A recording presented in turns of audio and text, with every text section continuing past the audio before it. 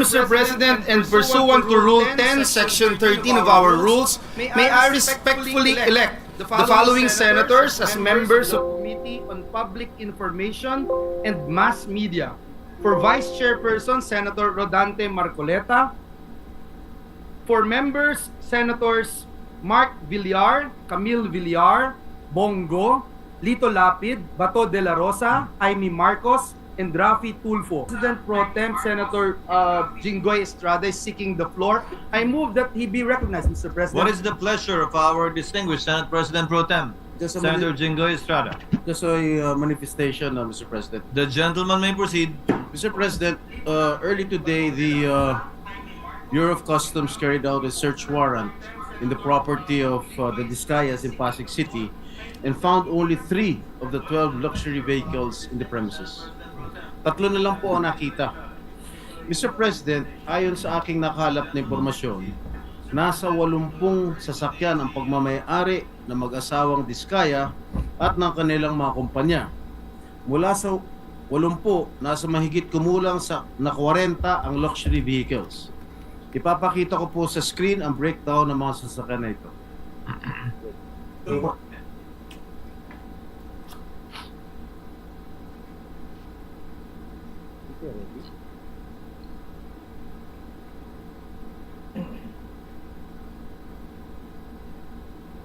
Okay. From the LTO records, Mr. President, there are 63 vehicles, luxury and mainstream brands. Kasama po dyan yung mga binanggit ni Sara Diskaya kahapon sa hearing na Rolls-Royce, Kulinan, Bentley Bentayga, 2 GMC Yukon Denali, Cadillac Escalade, Mercedes-Benz Wagon, G63, Range Rover Evoque. May 3 rin siyang binanggit kahapon, yung Range Rover Defender, Cadillac Escalade at Mercedes-Benz Maybach na wala po sa records ng LTO. Sa pinag-uusapan na nag-viral na YouTube channel ni Julius Babaw, meron pang 8 luxury vehicles na wala sa tala ng LTO na nakapangalan sa mag-asawang Diskaya. Napag-alaman din ng aking tanggapan na meron pang 6 na mamahaling sasakyan ng pagmamayari ng mag-asawang Diskaya tulad ng Volvo XC90, Mercedes-Benz GLS, saka isang Maserati. Nakakalulang yaman po ito, Ginoong Pangulo. Kung doon sa 28 luxury cars na inamin ni Sara na pag-aari nila ay halos hindi ako makapaniwala, wala pa pala yun sa kalahati ang kabuuang bilang ng kanilang mga sasakyan. Mr. President, this is totally outrageous. And I would just like to spread this into the records, Mr. President. Thank you, Mr. President. Noted and entered into the records, Majority Leader. Yes, Mr. President, at this junction, Into the records, Majority Leader. Yes, Mr. President, at this junction, may I move that we recognize the distinguished gentleman from the great province of Isabela and Davao, Senator Rafi Tulfo, to deliver his privileged speech. So move, Mr. President. Any objection? Hearing none, the Honorable Tulfo is recognized to deliver his privileged speech. You may proceed, sir. Thank you, Mr. President. Distinguished colleagues, I speak before you today on a matter of personal and collective privilege. As an archipelago, sea travel is unavoidable. Kaya naman po, ang ating mga seaports ay mahalaga para sa ating bansa at sa ating mga kababayan. We always have our eyes sa mga airport at sa land travel. But we should not forget our seaports because they contribute to our national economic development and international and domestic trade. In numbers, our ports cater to 621,801 ship calls, 280 million metric tons of cargo, 7.8 million TEU container traffic, 78.7 million passenger traffic, and 11.2 million ro-ro traffic annually. Ports generate significant revenue, support tourism by providing access to remote locations, and enable participation in the global market by serving as gateways for imports and exports. That is why, as the chairperson of the Committee on Public Services, sinugurado ko na matutukan ang mga problema at estado ng ating mga seaports. Nito mga nakaraang buwan, magmula ng hinawakan kong public services, umikot po ako sa iba't ibang port para maunawaan ang mga problema at kailangan ng taong bayan. Please indulge me a couple of minutes of your time to look at some of the ports we have visited.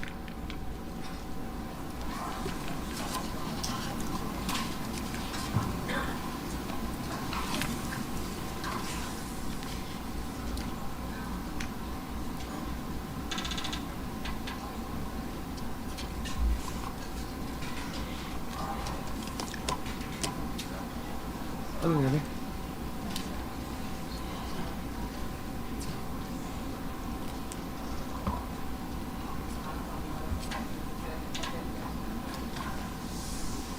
Wala.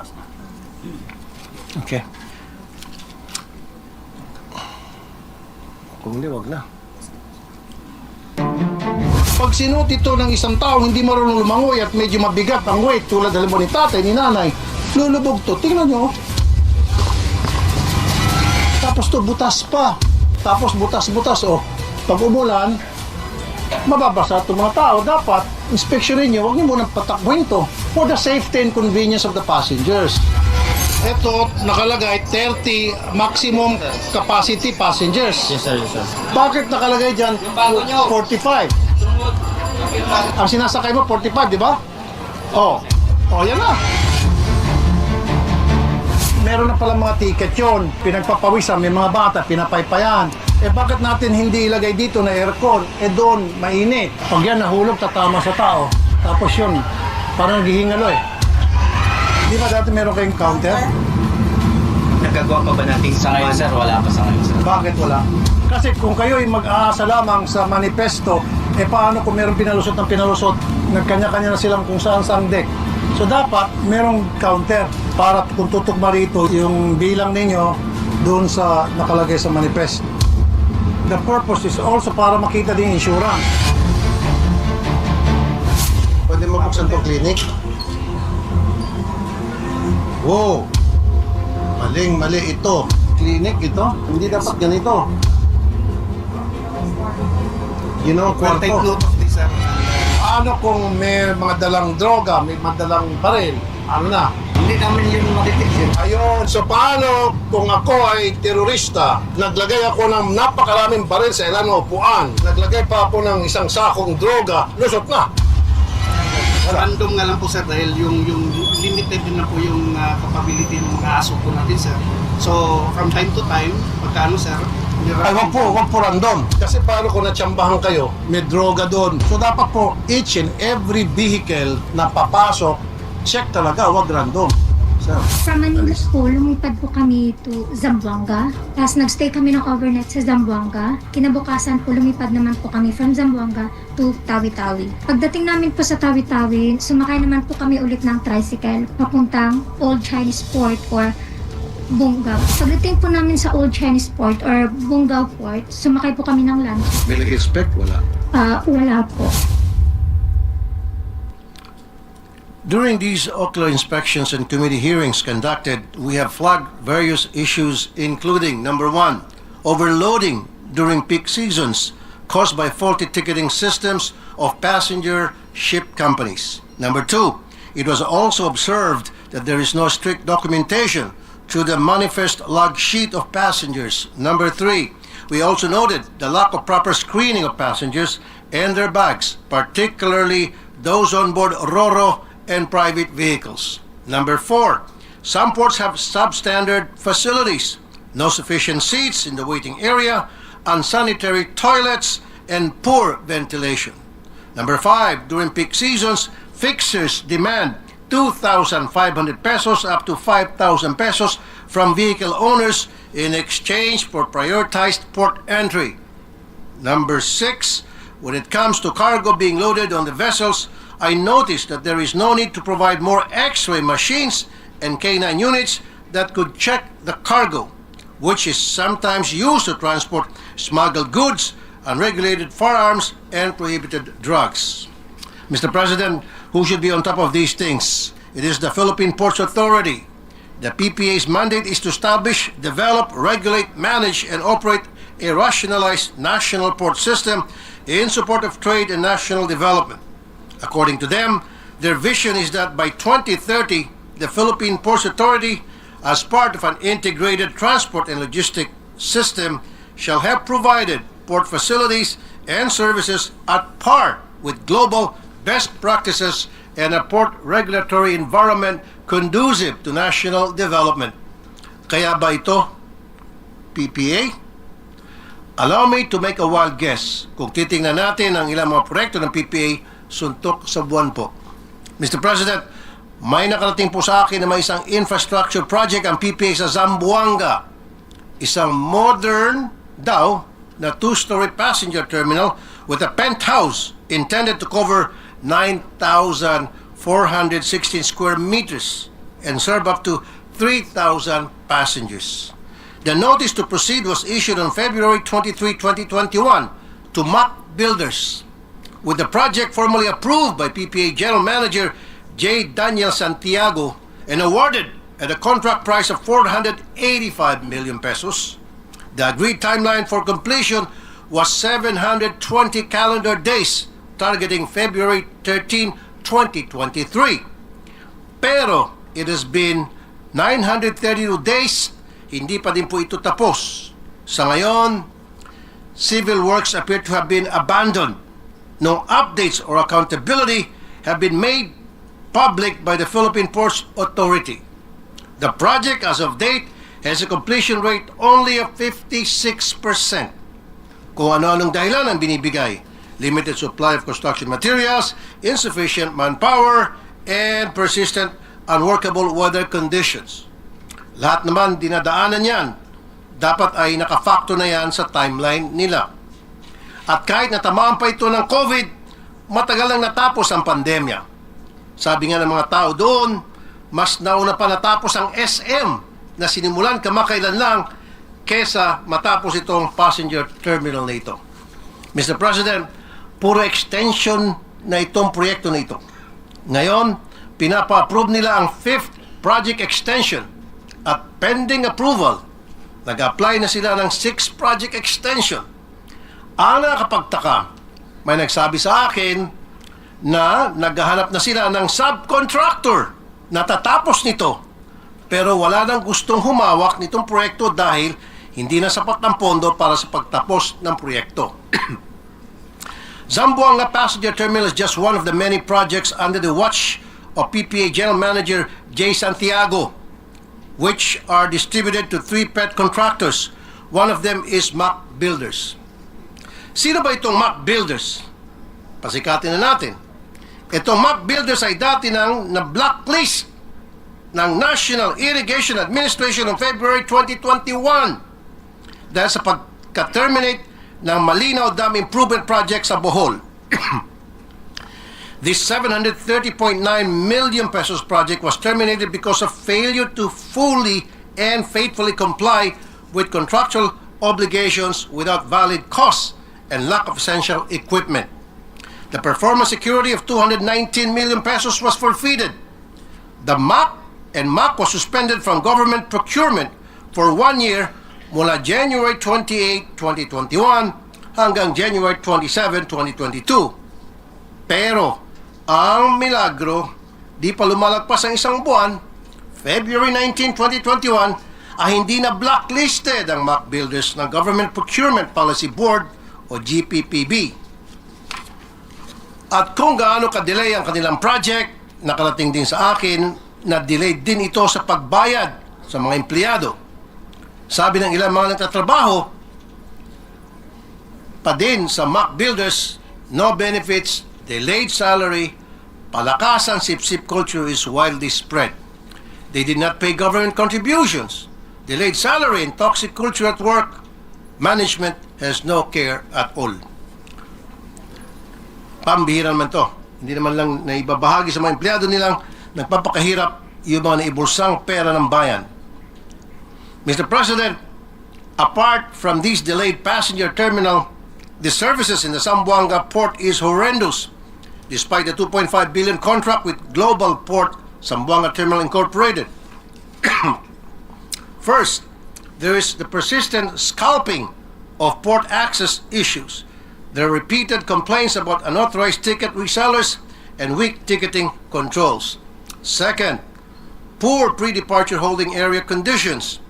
Passengers required to stay for at least 2 hours in the pre-departure area and do not have any proper seating facilities and suffer from very poor ventilation. Third, lack of accessibility and priority lanes. There are no special lanes or priority boarding for parents with most small children, senior citizens, persons with disabilities, and pregnant women. Finally, there's a concern regarding the cargo handling rates at Zamboanga, which increased by more than 300%. Local stakeholders cite this as a major blow to small traders from Basilan, Sulu, and Tawi-Tawi who rely on the port for commerce. Indeed, people from the shipping industry has been saying that the PPA infra anomalies has slowed domestic trade significantly and has made local shipping more expensive than international shipping. Mr. President, sounds familiar itong unfinished passenger terminal project sa Zamboanga. At dahil may momentum na tayo dito sa mga flood control projects, gusto kong tuloy-tuloy na itong pag-ungkat ng mga kalokohan sa iba pang mga proyekto ng gobyerno. I want to focus on improving our transportation sector. At sa ating mga kababayan, inanyayan ko po kayo na magsumbong dahil we are on your side. Get involved in these hearings. Put pressure on your public officials until it hurts. Demand transparency and accountability, and insist on public involvement and participation. We will ensure that all other ports will get checked and be worth every centavo invested from the people's money. Kaya sa PPA, shape up or ship out. Thank you, Mr. President. Mr. President. Senator Villanueva is recognized. Yes, Mr. President, the minority leader is seeking the floor to interpolate the gentleman from Isabela. I move that he be recognized, Mr. President. The distinguished minority floor leader is recognized for his interpellations and or interjections with leave of the gentleman from Tarlac, the Honorable Tulfo. Thank you, Mr. President. Will the distinguished gentleman from Isabela, Tarlac, and the Philippines answer a few questions, Mr. President? Kaya Philippines na para Yes, Mr. President, by all means. Thank you. We would like to congratulate you for this well-crafted privilege speech, and we are somehow bothered by the revelations. No? Imagine a contractor who has been blacklisted has again been able to get projects from government. Baka baksak na naman ito doon sa sinasabi nating pagka-blacklisted, baka hindi na dapat binibigyan ng pagkataon. Anyway, I hope my only question, it depends on the answer of the gentleman, is who is this Mac Builders, Mr. President? Who are the people behind Mac Builders? Okay, thank you, Mr. President, for that question. The contractor, Mac Builders, the owner and president is Manuel A. Chua. And the contract price was 485 million pesos. The project that was mentioned in my privilege speech. And this contractor, like I said, Mr. President, has been blacklisted already, supposed to be for 1 year, but even before 1 year, siya po ay nabigyan ulit ng contract. Kapareho po ito sa mga flood control projects na pinag-usapan natin ngayon dito sa Senado, and even yung mga projects sa irrigation, Mr. President, halos kapareho itong mga nangyayari ngayon, na yung mga contractors na na-blacklist pero nabibigyan ulit ng mga proyekto afterwards. Sila rin ba yung are they the same contractors for the NIA of Malinaw, Bonot, Earthfield Dam projects that you mentioned earlier?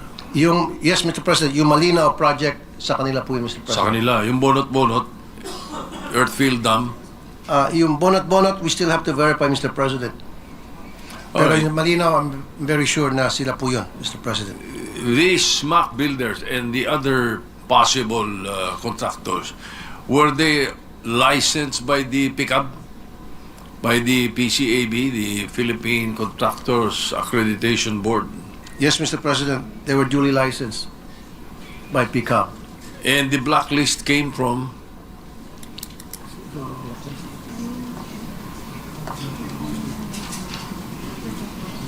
The procurement board is the one that blacklisted them, Mr. President. GP? From the DBM, GPBB. GPPB, Mr. President. GPPD. B, Alright. yes. So yun yung nag-blacklist. Yun po, Mr. President, ang nag-blacklist sa MAC builders. And then thereafter, how many years or months before they were able again to get the contract? 1 month pa lamang, Mr. President. Agad-agad nilift yung blacklisting sa kanila at nabigyan ng panibagong contract. I believe, Mr. President, that there should be a thorough investigation of the revelations of the distinguished gentleman. And perhaps the Committee on Public Services would be the proper agency to look into the matter because of the PPA and what is the other one involved, the Zamboanga port and all the other ports Yes, Mr. President. are the ones that are involved. Thank you, Mr. President. And pag nagkaroon po ng hearing, I would like to invite you to attend para kayo po'y makapag-contribute, makapagbigay ng input sa gagawing hearing tungkol sa issue ito, Mr. President. Thank you, Mr. President. That is all for now. I will hopefully wait for the hearing to be done very soon. Thank you. Thank you, Mr. President. Thank you, Senator Soto, our distinguished minority floor leader. What is the pleasure of the Honorable Mark Villar? Yes, Mr. President, I'd just like to make a manifestation, a brief The manifestation. gentleman may proceed with this manifestation. Mr. President, this is not an interpellation, but rather a manifestation of support for our dear colleague's privileged speech. Mr. President, as an archipelagic country, ports are gateways to various localities and tourism hotspots. They have consequential value in ensuring that our fellow Filipinos and tourists from all over the globe have efficient access to inter-island transportation. Additionally, our ports are hotspots of economic activities because they facilitate not just the transport of people but also of goods across the country. Even minimal disruptions or delays due to dilapidated infrastructure and other factors could have debilitating impact to our kababayans and the conduct of economic activities. For example, Mr. President, sa Matnog Port sa Sorsogon, ayon sa mga pasahero at cargo trucks or drivers na regular na tumatawid at gumagamit ng port, kung dati po 3 hours ang maximum na waiting time para makasakay papuntang Allen, Northern Samar, ngayon po ay aabutin na ng more than 12 hours or worse kapag cargo lang, days or ilang araw inaabot. In fact, minsan umaabot ng ilang kilometro ang traffic ng cargo vehicles dun sa Matnog. And as we know, delays would entail additional costs for people and goods. Not to mention yung pagod ng mga pasahero. Imagine this, a bus ride from Manila to Matnog would take 12 to 15 hours as it is. Tapos madadagdagan pa ng unreasonable delay at waiting time. This would be a very grueling trip. And another example is also the port of Padre Burgos in southern Leyte. As reported by my staff, the port was damaged by the recent typhoons, causing disruptions in the transportation. So, actually, we lobbied in last Congress for the declaration of various municipalities of Southern Leyte as tourism zones. Pero ngayon, nasira ang port, maraming delay sa transport mula sa maliliit na bangka na tumatawid sa mga isla hanggang sa malalaking barko na mayroong cargo na dadalhin sa iba't ibang bahagi ng bansa. Mr. President, I highly commend our dear colleague, Senator Raffy Tulfo, for bringing this matter before us. This is really a pressing issue that we have to give emphasis to, and we must look further into these findings of Senator Raffy to prevent disruptions and delays in our ports. Thank you very much. Thank you, Mr. President. Thank you, Senator Villar. Majority Floor Leader. Mr. President, next to interpolate is the gentleman from Palawan, the close friend of the gentleman from Davao, no other than Senator Erwin Tulfo. I move that he be recognized, Mr. President. The gentleman is so recognized. You may proceed, sir. Thank you, Mr. President. This is just a manifestation, Mr. President. May the good gentleman from who grew up in Davao and married in Isabela yield to some questions. He may do so if he so desires. Yes. Would you agree, Mr. President, that the Philippine Ports Authority, a GOCC, originally created under PD number 505, is mandated to establish, develop, regulate, manage, and operate a rationalized national port system in support of trade and national development, Mr. President? You're precisely correct, Mr. President. My next question, Mr. President, is the Philippine Ports Authority has a total budget of 1.35 billion for 2025. Ang tanong ko po, Mr. President, do you mean hindi po nasama yung completion po ng Zamboanga Port at hanggang hindi pa natatapos dun sa 135 billion, Mr. President?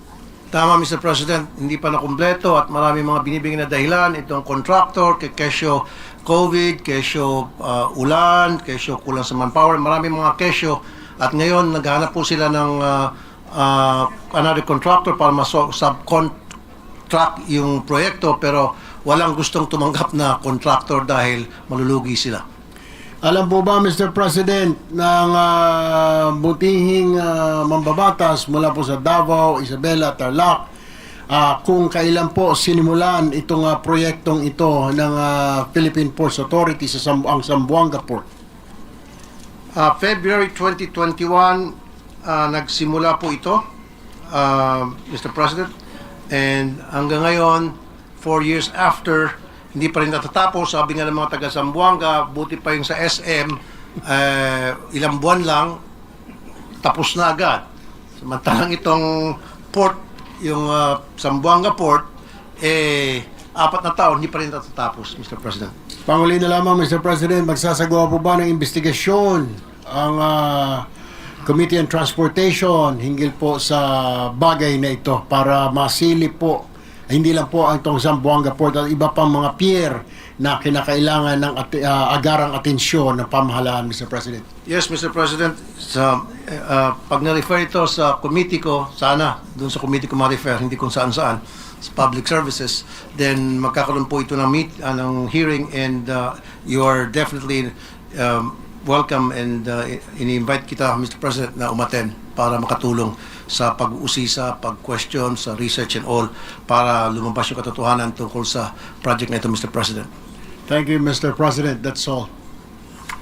Majority Floor Leader, what is the pleasure of the Honorable De La Rosa? No, hindi. I will give way to you. Your attorney. Thank you, Mr. President. Just a short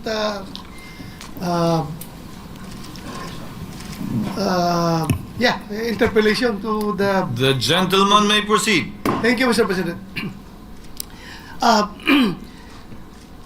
Mr. President, yung ako po'y palaging bumabiyahe, Davao to Manila, Manila to Davao, using magbaylan ako, tapos lahat ng ports na dadaanan ko.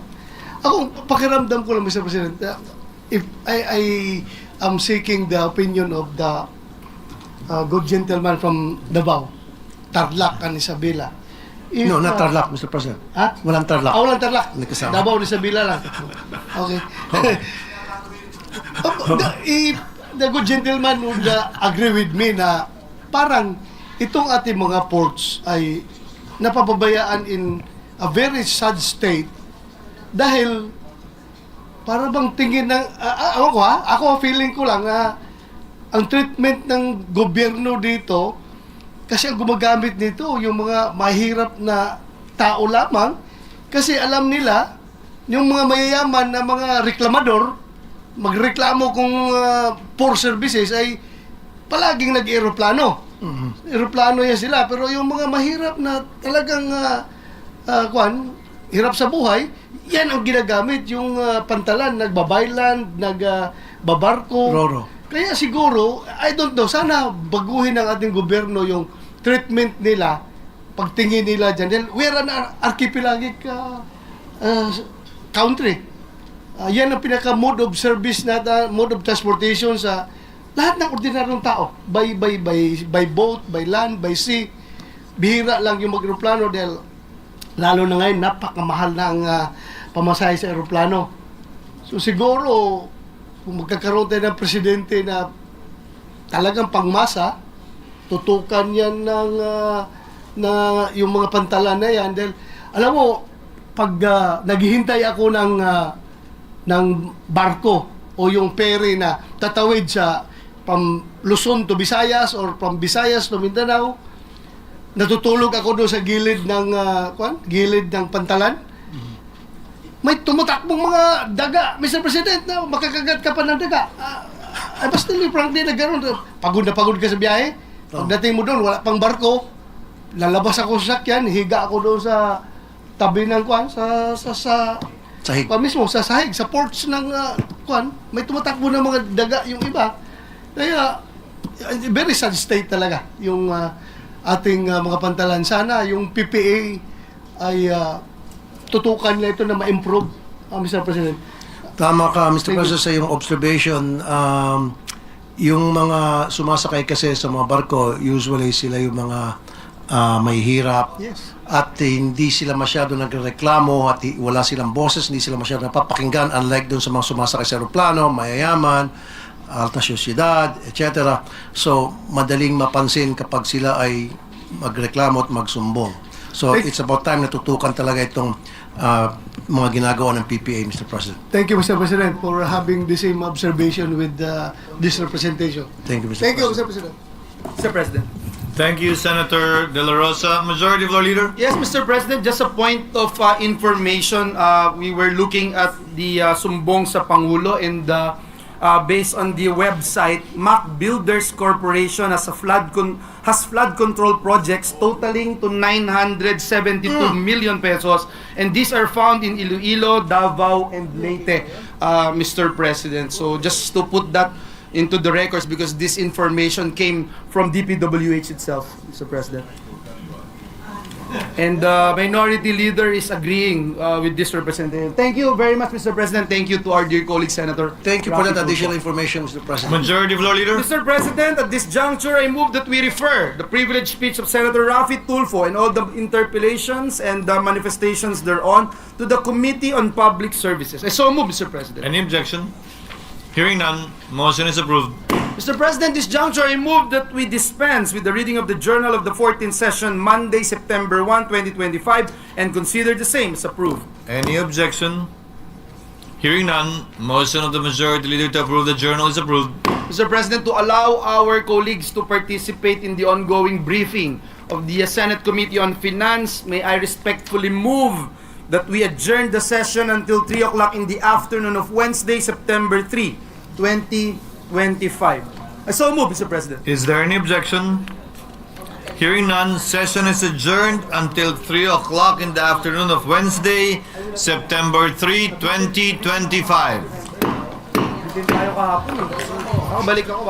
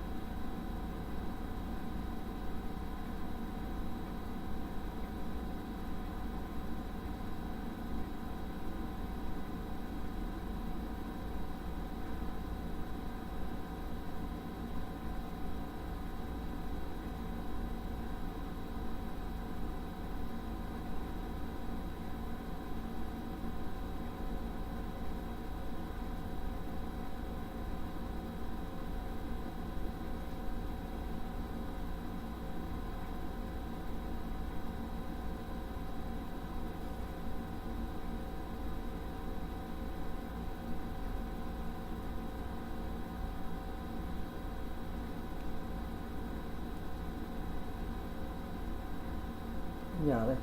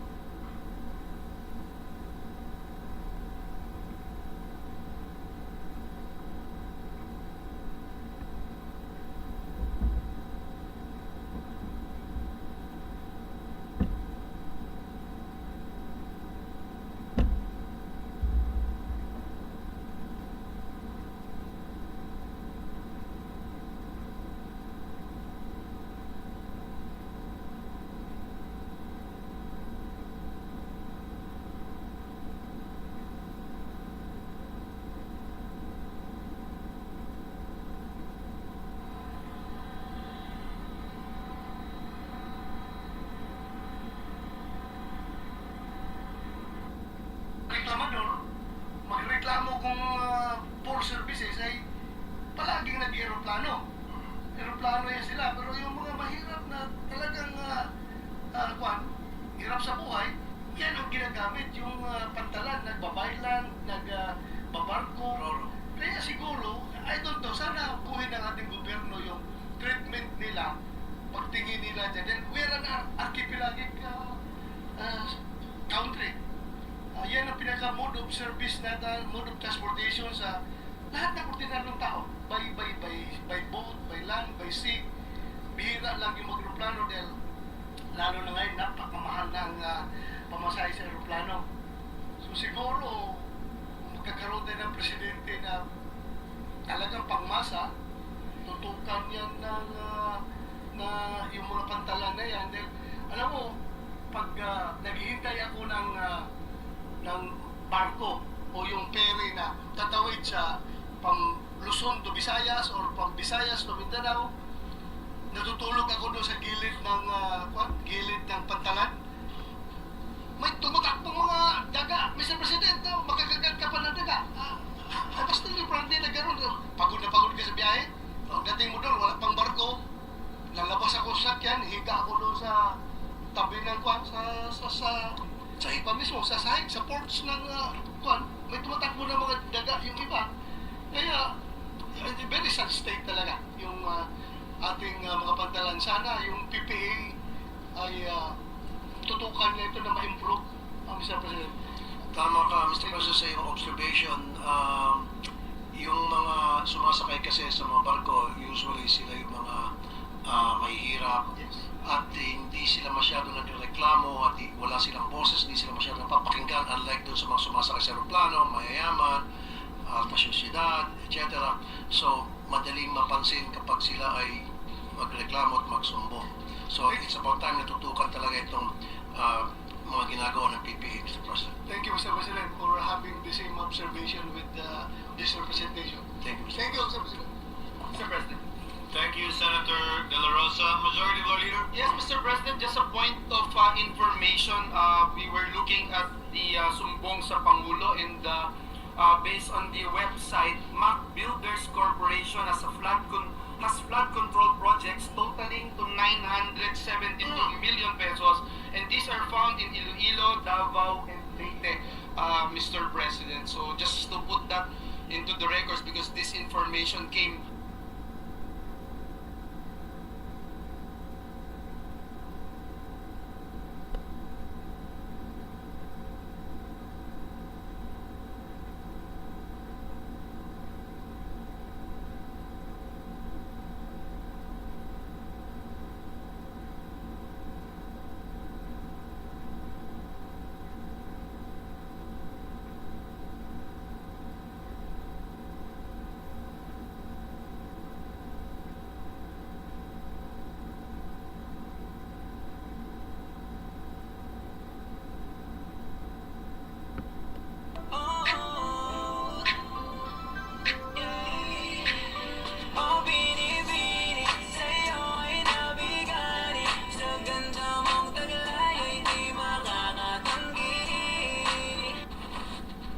touch my daddy. But I'm his wife. I'm his princess. Now go to sleep.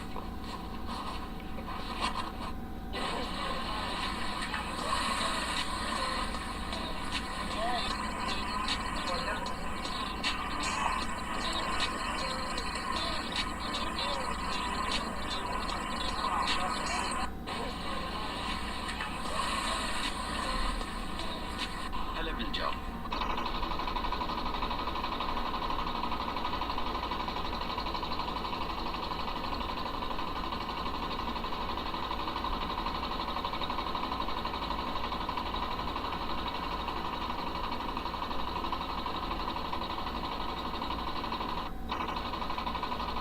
Arizona sky, burning in your eyes. So when I'm all choked up, but I can't find the words. Wow. Arizona sky, burning in your eyes. So when I'm all choked up, but I can't find the words.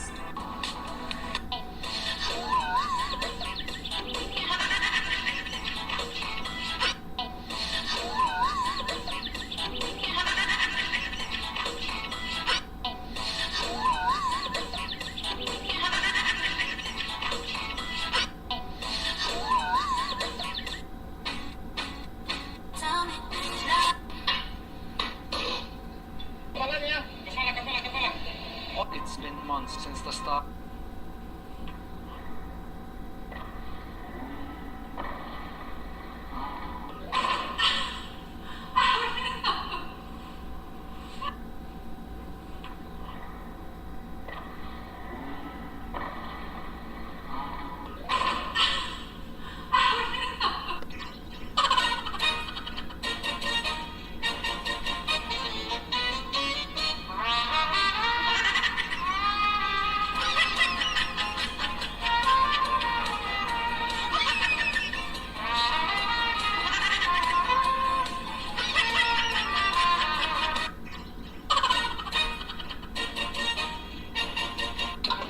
Yeah, baby. Good night, babe. Cool. What is that? It's just the remote. What is it?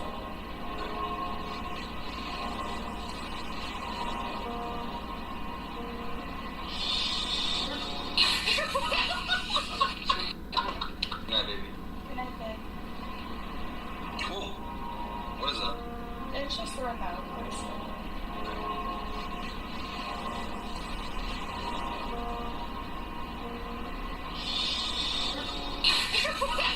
This guy did something which made his yard #1 in the block. Instead of calling a vac truck, this guy decided to have some fun with this blocked drain in his yard. After a few gentle touches, all the waste started to come out in a beautiful sequence. But it was too close to the neighborhood fence. I'm pretty sure the neighbors weren't home at the time, or they owe him some money.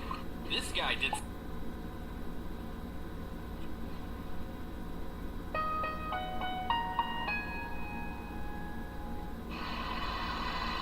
A single drop would fall, hitting the prisoner's forehead. Then another falls, and another. Now, at first, it's just annoying, but the prisoner is strapped down, completely unable to move. And the drops keep coming, always landing in the exact same spot. As hours pass, the skin becomes raw, and each drop stings. They fall slowly, around one every few seconds. But the tap would shut off at random intervals, leaving the prisoner anxiously waiting for the next drop, slowly losing their minds. A single drop would fall, hitting the prisoner's forehead.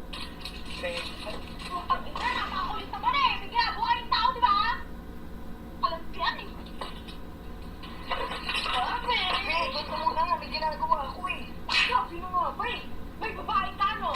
Ba't ganyan ka? Siguro may babae ka, no? Sino?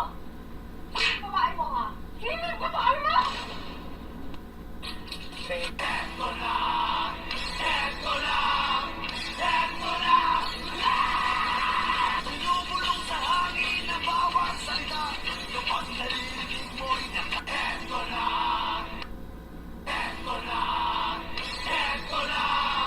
Eto na! Clean up your Gmail. shell in 30 seconds. This guy is cleaning barnacles off the bumpers of a ship. But look closely. The ones he's scraping off have an orange strip hanging underneath, kind of like a sea cucumber. Normally, the barnacles you see on ship hulls are all hard shell. And if you scrape them off, they just leave behind the base stuck to the surface. No strip at all. Those are called acorn barnacles. They glue themselves tightly to surfaces, and you can often see them on sea turtles or whales. On whales, they even dig into the skin, which is really painful for the animal. That's why whales sometimes leap out of the water, trying to snap. But the ones with the orange strip are called gooseneck barnacles. They usually attach to floating objects, and they're much easier to scrape off. Some types are even considered a delicacy. Tasty, but really expensive. And then there's a really creepy kind. A barnacle that lives inside crabs. It doesn't have a shell, but it can control the crab's body like a parrot. This guy is cleaning barnacles off the bumpers. Would you dare to eat this meat? In the United States, maybe 99% of people didn't even want to... They put a mouse in a jar.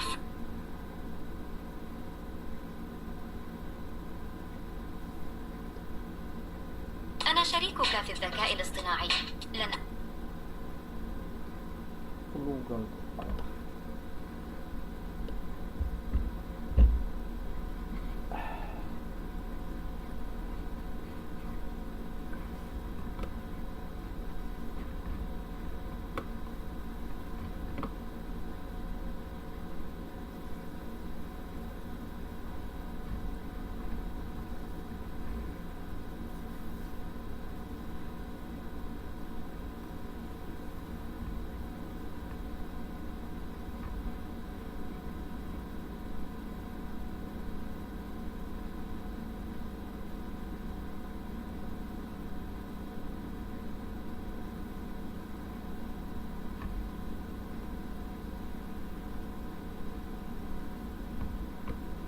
those involved in failed and Walang pupunta. Yeah, wala po. At sinasabi ng DPWH, mabagal daw kasi magbayad yung insurance companies, and yet DPWH doesn't come to you. Yeah, wala po ang DPWH. Usually ho, it's settled between the DPWH and the contractors. So DPWH